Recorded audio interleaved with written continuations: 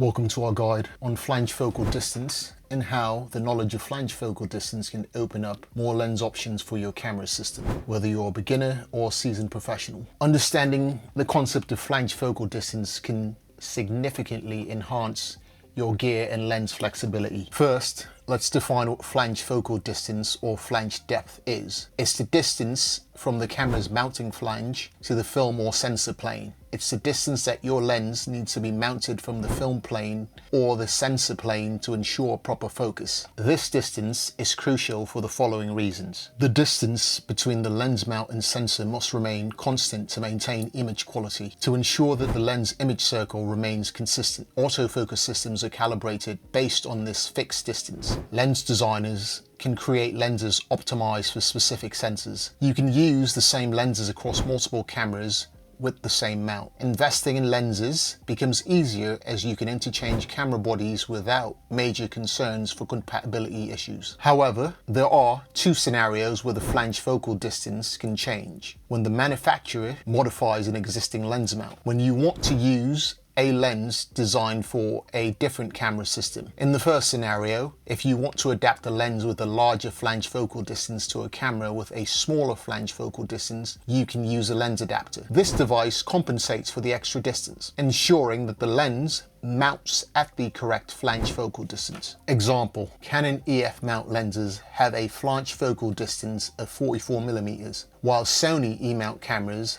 have a flange focal distance of 18mm. To adapt a Canon EF lens to a Sony E-mount camera, you need an adapter that is 26mm thick. This thickness makes up the difference, allowing the Canon EF mount lens to mount at the correct flange focal distance and focus properly from infinity to minimum focusing distance. Lens adapters might resemble extension tubes, but they don't affect light transmission. They simply place the lens at the correct distance from the sensor plane. However, note that adapters are often made slightly thinner than the exact distance to allow the lens to focus past infinity. This is a small compromise to avoid the lens not focusing to infinity at all. For an adapter to work, the flange focal distance of the lens must be greater than that of the camera body. This is why you can adapt a Canon EF lens to a Sony E-mount cameras, but not the reverse. Adapting a Sony E-mount lens to a Canon EF body would require a negative adapter thickness, which is impossible. An understanding of flange focal distance and using lens adapters can greatly expand your creative possibilities,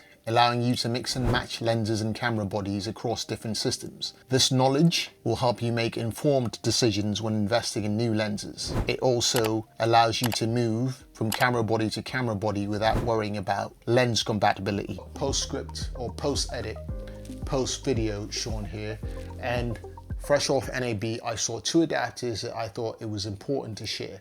The first is an adapter from DoLens that makes the APO primes. He's got a PL mount adapter with interchangeable backs. So unlike normal PL adapters that you would get that just go E mount to PL or RF to PL or Z mount to PL, this one's a PL mount, but you change the mirrorless mount end. So you get shims to go from, say, E mount that's 18mm, so you got 18mm back, you switch that out, or you got a 20mm back for Leica L, so you've got backs on the PL mount that you change, so you use the same adapter and you just change it for whatever camera body you are. So why is that cool and innovative, or why am I talking about that, is that instead of trucking around 4 different mounts like I do now, I've got a PL to E, a PL to Z, a PL to L. You could just have that one DoLens PL mount with the 3 PL mount adapters with the 3 backs. Another one is a Leica M mount. DZO launched a locking Leica M mount.